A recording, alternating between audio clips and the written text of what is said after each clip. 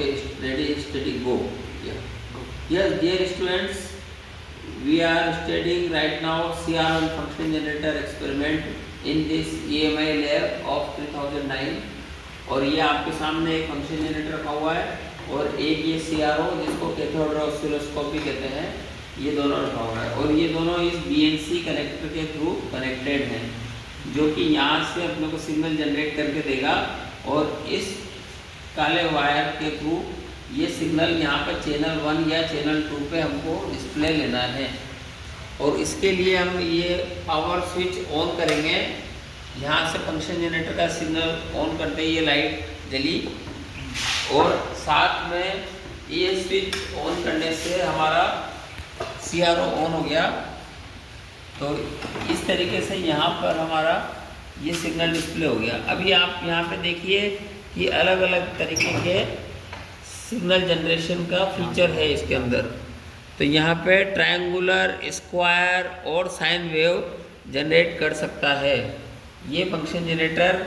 हम जैसे ही triangular signal button दबाएंगे तो वहाँ पर देखिए आप एक त्रिभुजाकार तरंग डिस्प्ले होके आ गई। जब हम वर्गाकार तरंग बटन दबाएंगे तो वहाँ पे वर्गाकार तरंग आ गई और जब साइनसोइडल बटन दबाएंगे तो साइन वेव डिस्प्ले होके आ गई। अब इसका हम आवृत्ति का परिवर्तन यहाँ से इसको कर सकते हैं। इसको क्लॉकवाइज और एंटी क्लॉकवाइज घुमाने से इसमें इसकी आवृत्ति में परिवर्तन आता है, क्योंकि इसका टाइम पीरियड भी बदलता है। और इसका एम्पलीट्यूड बदलने के लिए हमको इसको क्लॉकवाइज या एंटी क्लॉकवाइज घुमाने से कम या ज़्यादा आयाम में परिवर्तन कर सकते हैं। और इसके अलावा इसमें ये जो अलग अलग बटन्स हैं जो कि बताते हैं आपके अलग अलग आवृत्ति के सिग्नल। अगर हम ज़्यादा मल्टीप्लायर का बटन दबा देंगे तो वो ज़्यादा मान का सिग्नल जनरेट कर देगा।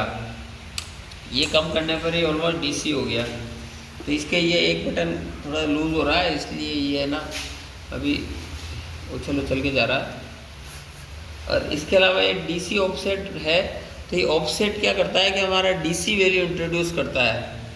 इस सिग्नल में जब DC वैल्यू डालनी होती है हमको, तो उसको इंट्रोड्यूस करने का AC के साथ कुछ इसमें DC इंट्रोड्यूस करने के लिए ये वाला बटन हम काम में लेते हैं। तो इसको हम बाद में स्टडी करेंगे। पहले हम सिंपल संकेत का यहाँ से जनरेशन करके, और इसमें भी फंक्शन आउटपुट बटन से फंक्शन आउटपुट कनेक्टर से ही हमको आउटपुट लेना है, जिसका रेजिस्टेंस है 50 ओम। इसके 2 कनेक्टर और हैं पर वहाँ से नहीं लेना है, और इससे हम इसका कनेक्टर लेके यहाँ पर डिस्प्ले लेंगे।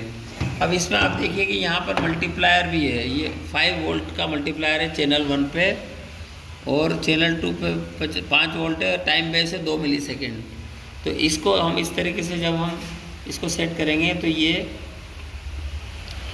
इसकी मल्टीप्लायर चेंज के साथ इसका हम है ना टाइम पीरियड चेंज कर सकते हैं। अब इस टाइम पीरियड को काउंटिंग करने के लिए हमको इसको देखना पड़ेगा कितने यूनिट्स पे रिपीट हो रही है।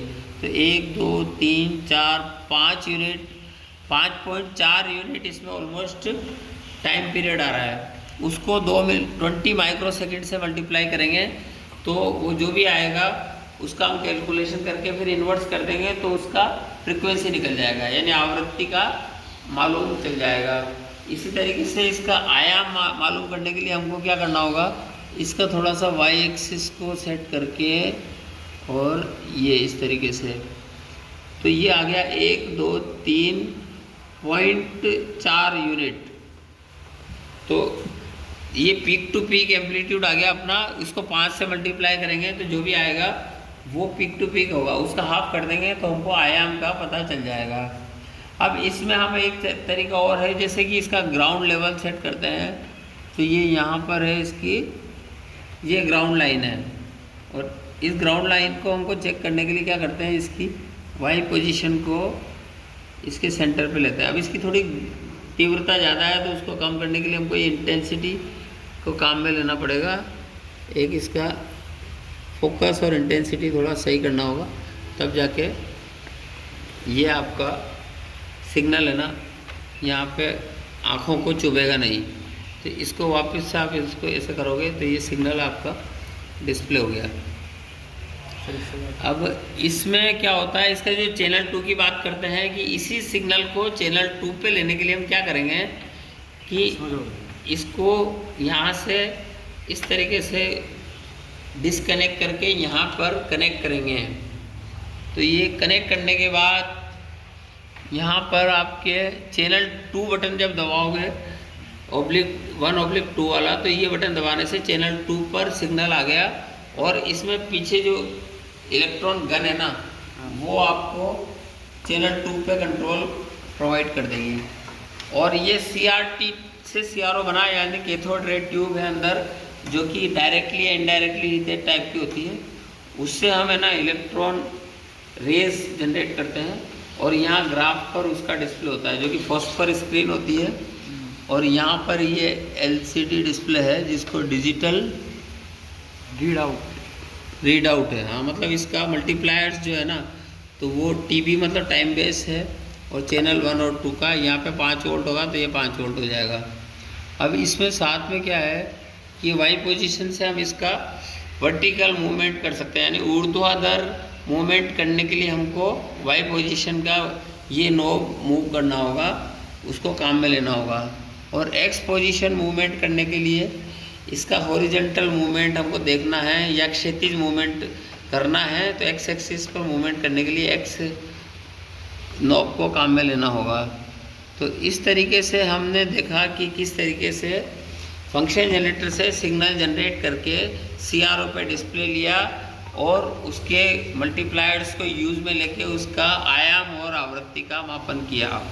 तो ये है हमारा आज का एक एक्सपेरिमेंट। अब इसमें हम है ना ट्रायंगुलर या स्क्वायर ये भी कर सकते हैं। अब साथ में अगर DC इंट्रोड्यूस करोगे तो क्या करते हैं कि ये DC बटन को हम काम में लेंगे। जैसे ये आपका आ गया, अब इसमें क्या होता है, जैसे कि ये तो सेट हो गया।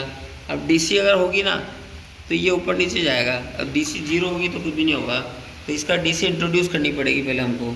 मान लो मैंने कुछ DC डाल दी, तो अब DC डालने के बाद क्या होगा कि ये है ना, ये DC डालने के बाद इसमें कुछ इसका मूवमेंट होता है।